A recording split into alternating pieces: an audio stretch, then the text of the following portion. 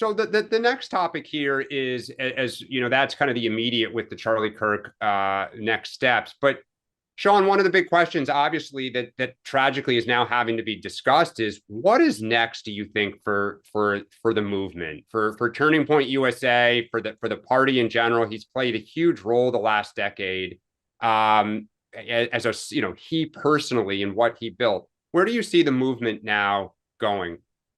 Well, look, I mean, we talked about it yesterday with the chapters, the number of chapters. The president remarked on that in the Oval Office yesterday.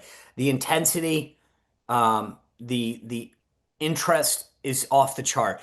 But I think the two things that fascinated me over the last 72 hours are one, Erica Kirk, her speech Friday night was courageous, but it was the idea of being able to stand there, and it made me realize that she may be playing a very, very big Yep. place in this.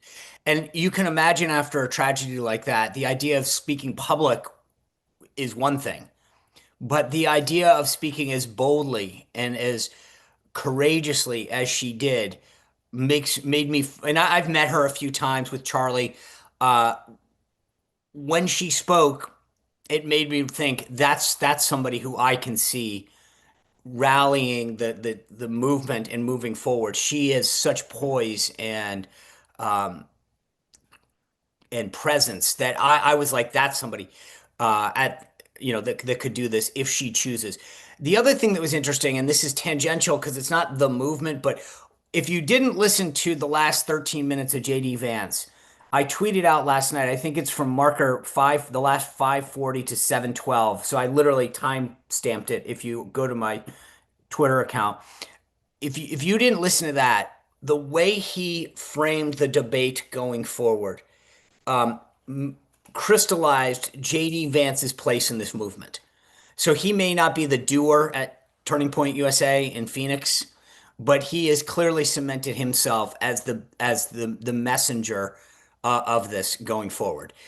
So I think it's may not there's pieces of the movement, but it was very clear to me in the last few days that this movement is going to continue, and it may take a little while to figure out who drives which part of it, Yeah. but it's going, and it's Yeah. going to get stronger and bigger than ever before.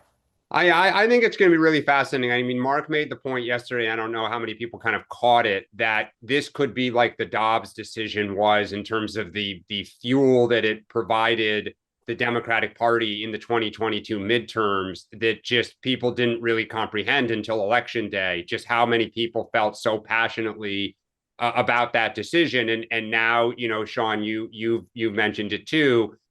Does the movement now kind of rocket fuel through the next 18 months and potentially the next 2.5 years, where people just quietly go about the job of registering and engaging and advocating and recruiting candidates, not just for federal office, but for local office.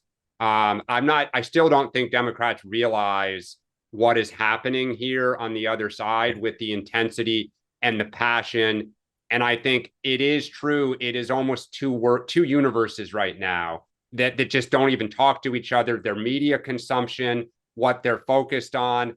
I think as a Democrat, I've seen it on the opposite side where events happen on the left and we think, my God, everyone's talking about it. But then you turn on conservative media and nobody's talking about it. And you just realize it's parallel alternate universes.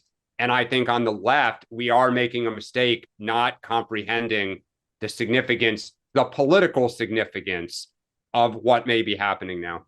So the thing that's interesting about that point is twofold. One, when the Dobbs decision came out, the remedy was go vote. Yep. Okay, and that's great. But it's a one-time action. It's go vote. Okay, done. What's happening here, and I kind of alluded to it yesterday and commented on it again today, is that people are like, I want to sign up, I want to start a chapter, I want to Yep. do this, I want to do that. And that data, that action isn't a one-time deal, right? When people were pissed about Dobbs, they're like, I'm gonna go out and vote.